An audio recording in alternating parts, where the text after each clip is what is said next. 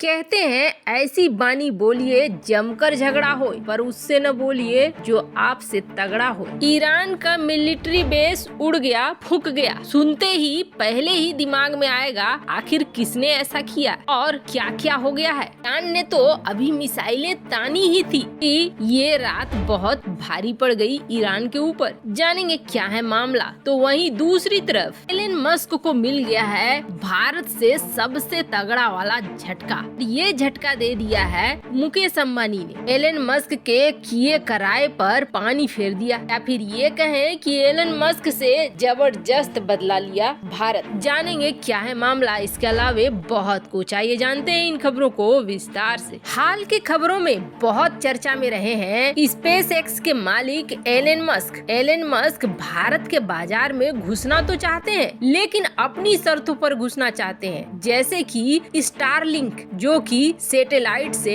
Internet पहुंचाने की बात की गई। हालांकि ये जो टेक्नोलॉजी है ये बहुत अच्छी है और हाथों हाथ लोग इसे लेना पसंद करेंगे, इसलिए क्योंकि आने वाले 10 साल की बात करें तो इस 10 साल में भारत का मार्केट खास तौर पर इंटरनेट में एक अलग ही बूम पे होगा। एक ऐसे बूम पर होगा जिसकी कल्पना किसी ने नहीं की होगी। आप इसका अंदाजा ऐसे लगाइए कि कहा जा रहा है 2030 तक भारत की इंटरनेट इंडस्ट्री की इकोनॉमी होगी $1 ट्रिलियन की। $1 ट्रिलियन बहुत बड़ी रकम है। पैसे में जाहिर सी बात है, जितनी बड़ी जनसंख्या है भारत की, हर कोई चाहेगा कि इस अर्थव्यवस्था का फायदा उठा लिया जाए, यहाँ के लोगों का फायदा उठा लिया जाए। स्टारलिंक वही आइडिया लेकर सामने आया और स्टारलिंक ने कहा कि हम यहाँ दर्जनों सैकड़ों सैटेलाइट छोड़ने वाले हैं आसमान में, और ये लोग ऐसा कर सकते हैं। ऐसा इसलिए कर सकते हैं क्योंकि इनकी खुद की कंपनी है स्पेस एक्स, और स्पेस एक्स अंतरिक्ष की बादशाह है। अब इन्होंने भारतीय सरकार से न तो लाइसेंस लिया और न ही कोई बात की, सीधे ऑफर कर दिया यहाँ के नागरिकों को कि आप इंटरनेट हमसे लो, और कई हजार लोगों ने इसके लिए अप्लाई भी कर दिया, एडवांस भी दे दिया। भारत सरकार का डंडा चला। ऐसा धर्मशाला है जहाँ बिना पूछे बिना लाइसेंस लिए एंट्री ले लोगे। सरकार ने कहा कि तुरंत पैसे लौटाओ उन लोगों के जिनके आपने पैसे लिए हैं, और सबसे पहले लाइसेंस लो, तब जाकर स्टारलिंक के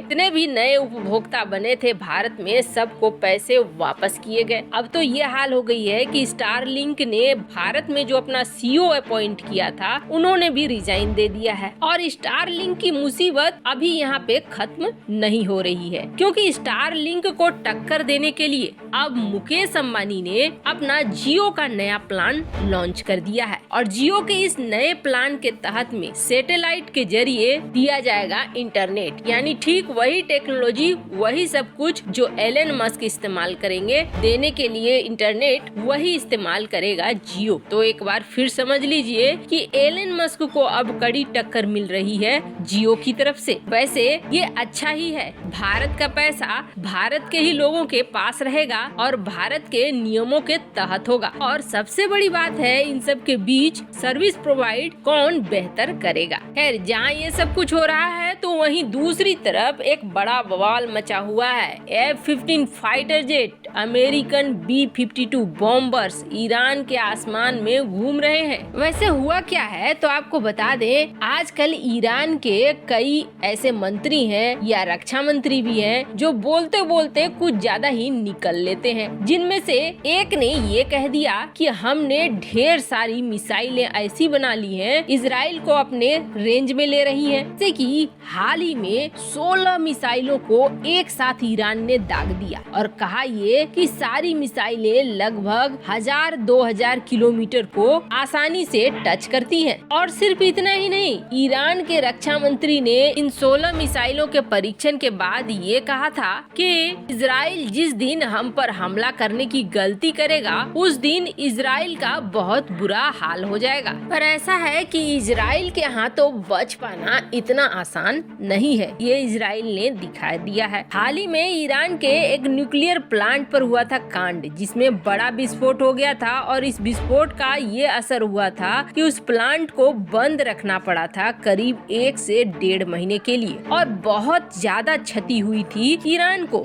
ईरान लगभग 10 साल पीछे चला गया था। कहा जाता है कि ईरान ने परमाणु बम बनाने की तकनीक काफी आगे ले जा चुका था, लेकिन इस विस्फोट में बिल्कुल 10 साल उसे पीछे धकेल दिया। इजराइल ने इसे प्लान भी बहुत बेहतर तरीके से किया था। इसका अंदाजा आप ऐसे लगाइए कि जो वैज्ञानिक इस चीज पर काम कर रहे थे, उन वैज्ञानिकों में से करीब 5 से 10 लोगों को कहा जाता है इजराइल ने अपने पाले में ले लिया था और ये ईरान के अंदर रहते हुए काम कर रहे थे इजराइल के लिए। कहा जाता है कि जिन्हें इजराइल ने अपने पाले में मिलाया था, वो लोग वैसे थे जो असंतुष्ट थे सरकार से और अपने सीनियर से, और इन्हीं लोगों के जरिए बड़ी आसानी से इजराइल ने विस्फोटकों को पहुंचा दिया था ईरान के इस प्लांट के अंदर और उसके बाद हो गया धमाका। अब यहीं तक बात नहीं रुकी है। एक तरफ जहां आसमान में अमेरिकी B-52 बॉम्बर और इजराइल के